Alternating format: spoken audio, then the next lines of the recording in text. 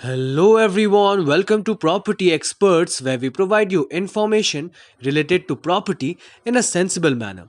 In today's video, we are going to speak about 5 income streams that you can build along with your full-time job. The most important point that these income streams that I'm going to speak about in this video, you can easily build it out with your full-time job. So, the first income stream that I feel is gaining a lot of popularity right now is called as video editing. Very easy to understand what video editing is. For example, I released a video and the editor edited this. He charged a certain amount of money from me. Now, how much money? I'll not disclose. That's the point. But what I'm trying to tell you is people can charge insane amount of money also if you get extremely good in your skills. For example, there is a YouTuber known as Johnny Harris. His editing skills are out of this world. Similarly, there are people who are just starting out and they charge very less money. So usually if I just have to give you a number, when you're starting out, when people casually charge somewhere around 500 to rupees 1000, as they go up in terms of their skill set, they start charging more and more money. So, roughly speaking, what you should assume is that you can easily make rupees 1000 to 2000 by editing a video. So, let us do some math. In order to make rupees 50,000, how many videos do you need to edit in case you are a moderate level editor? So you would have to edit somewhere around 30 to 35 videos, assuming a rate between 1 to 2000 rupees. You're starting out, probably it might take you 5 hours to do it. So in order to edit 30 videos, you need 150 hours. You cannot spend 150 hours on a monthly basis. The answer is you can, and it will become easier and easier for you to make this money as you develop your skill set. Of course, when you're starting out, you will have to spend a lot of time learning about Adobe Premiere Pro or any specific software that you might use. But over time, as you get more and more skilled, it will become easier for you to make money through this skill. So 50,000 can be easily made. Let's move on to the second point, that how difficult it is to learn video editing. Honestly, it is not that complex to learn video editing. Of course, you need to invest time. The easiest way you can start learning about video editing is just literally go on YouTube and type how to edit videos.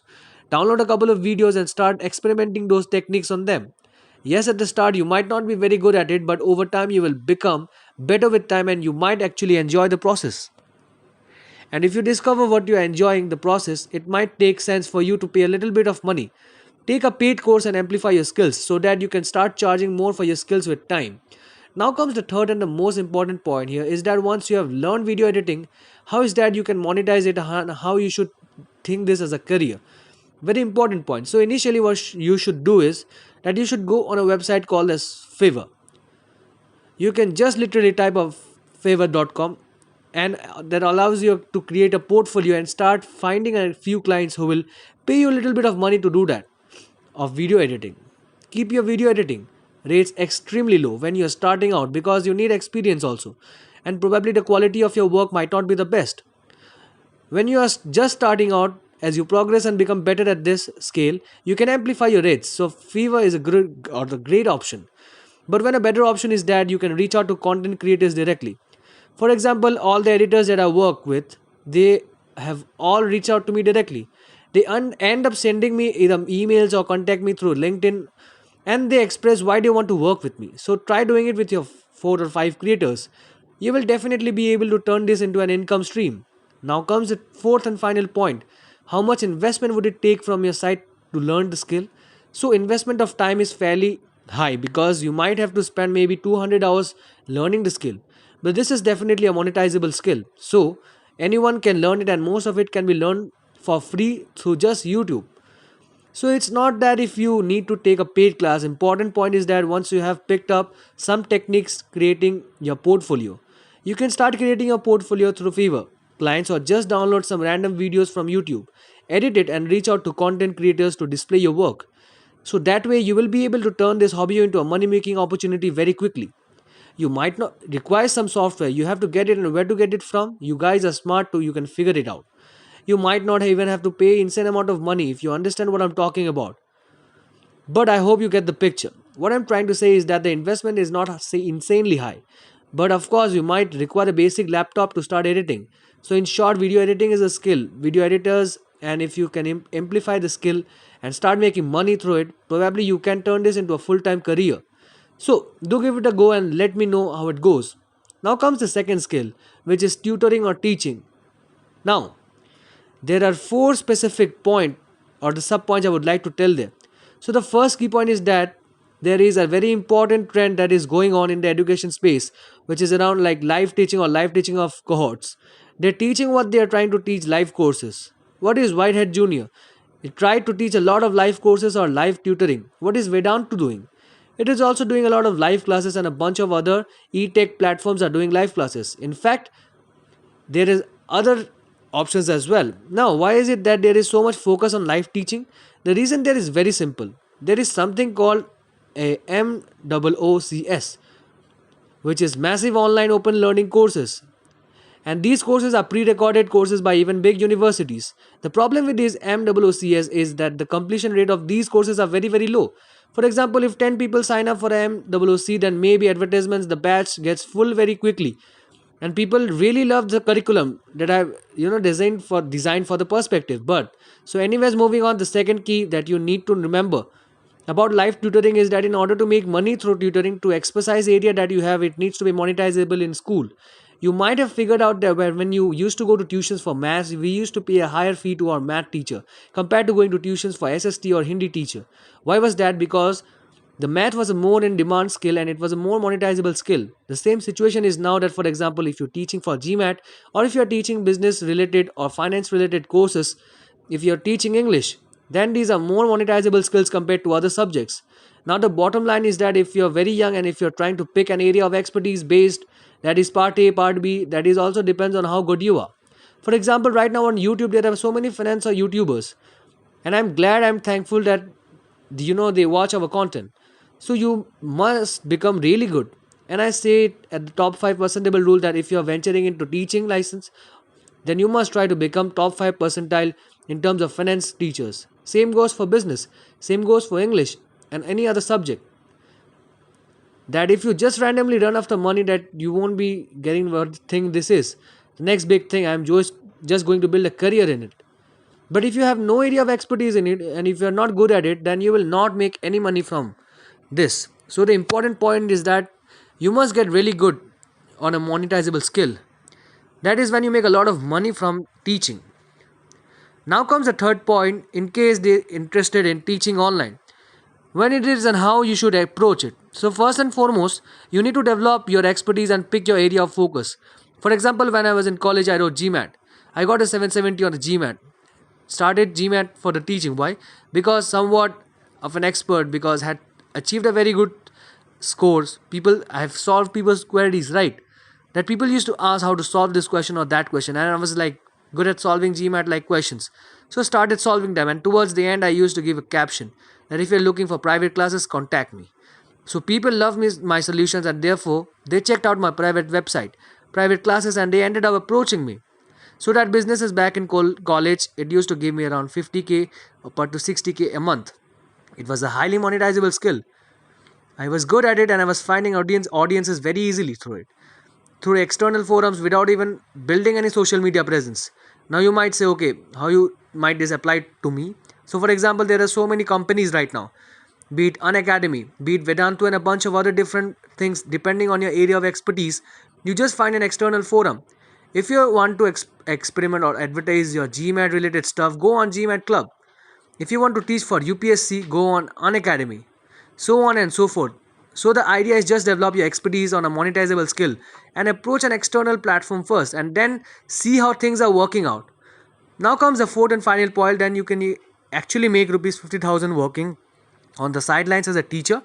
Again, the same thing, that one is your skill monetizable. Is it a subject that people want to study? A lot gets impacted through it in itself. And second, is that how skilled are you? But to cut the long story short, I don't think that making rupees 50,000 teaching on the sidelines is a complex business. It can easily be done, especially if you're a passionate teacher. And if you stay at it, maybe at the start you might not make a lot of money.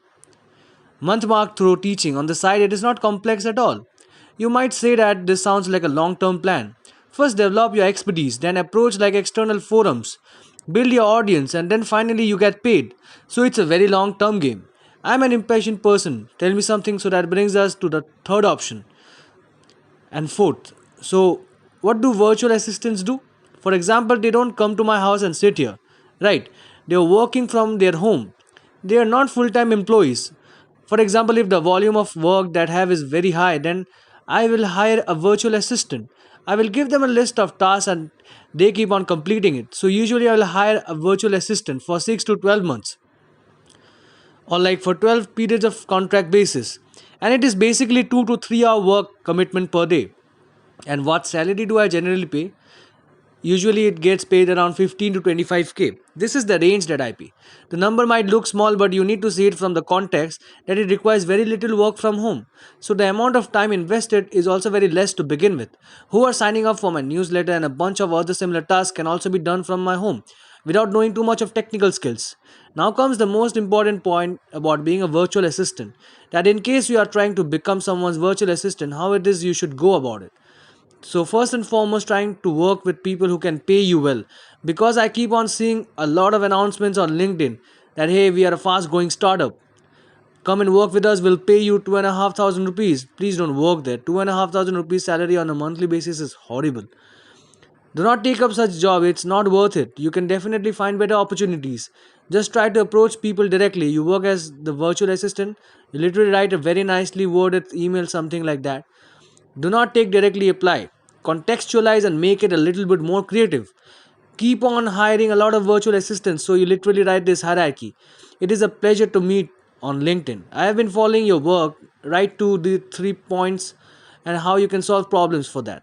So, literally, if you bullet it towards the end, just end it by writing a very brief paragraph so as to why you will be a great virtual assistant.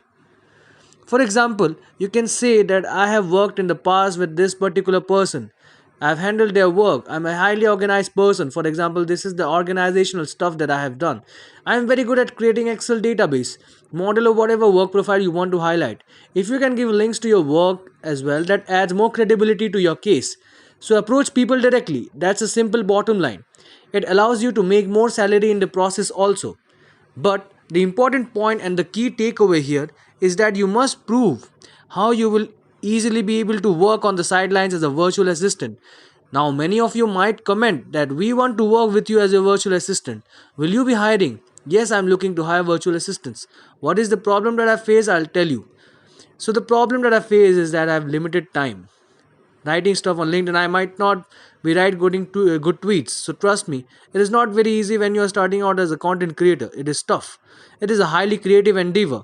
So to say, so the word of the day is endeavor. It is a highly creative endeavor, and you need to do it for a sustained period of time. Build your audience, and for saying you are saying that it takes a lot of time. I am just speaking about general cases. I was just lucky, and thanks to all of you. Looking at just the journey, it might be the correct data point.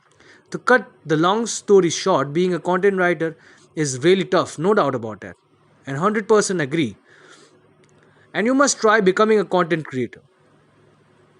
For example, if you repurpose the content super easy, you can start making money literally from tomorrow.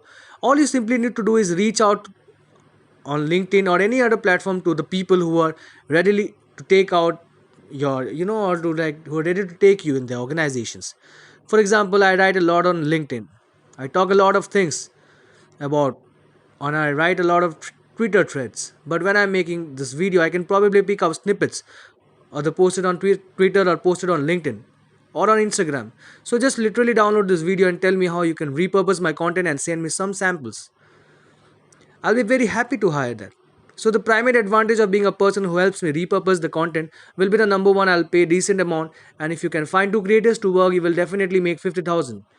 That's it. So money wise you are sorted. Number 2, this does not require to invest insane amount of time. With 2 or 3 hours of work, you can easily give 2 to 3 pieces of content, and it will be very a good piece of work. With that point in mind, it is an easier work. Third and final point, if you eventually want to become a content creator, then as the manager and how involved in my work, do follow everywhere. The bottom line is that you start as a content writer, repurposed person. From there, you can become a content creator easily. You will understand a lot about the content creation. Here comes the fifth and the final income stream, which is consulting. Now, consulting can happen. One is that you're super experienced. For example, I'm an ex-management consultant. I'm experienced. So if startups reach out to me or if small businesses reach out to me, I can literally create a website showcasing my profile, and I can start charging these businesses money, and they will pay me money because I'm experienced. I have experience of working with good companies in the past. All that good stuff. Let's assume that you are a software developer, a small website. Start writing something on LinkedIn, and through that divert traffic to your website. And from that you can start getting some consulting businesses. A lot of companies might reach out to you or that help us design this particular software. Can you do it for us? So on and so forth. Depending on your specific niche, you can absolutely do consulting. For example, you know a lot about social media. If you are a teenager and if you are in early 20s, you'll probably know more about social media than I do. If you are a great person to talk about social media strategies and set up a social media consulting business, the important point to know for youngsters would be that how do you project your expertise in social media. If you start writing on LinkedIn or Twitter about some of the social media strategies that you have figured out, and if it happened to read it, that's okay. The particular person is outlining the social media strategies in a really crisp manner. Then I would have loved to talk to you and probably pay you money to talk to you. Becomes like a social media consulting engagement. If I speak with you, take the testimonial, put it on your website, you will get more clients. So that's a very simple way of adding value to others. If you start writing on LinkedIn or Twitter about some of the social media strategies that you have figured out, if it happened to read it, this particular person is outlining the social media strategies in a really crisp manner that I would love to talk. Thank you so much for watching this video. I hope you have learned a lot through this video. Do watch all our stuff so that you never miss any of an update and you have no doubts regarding property. Thank you.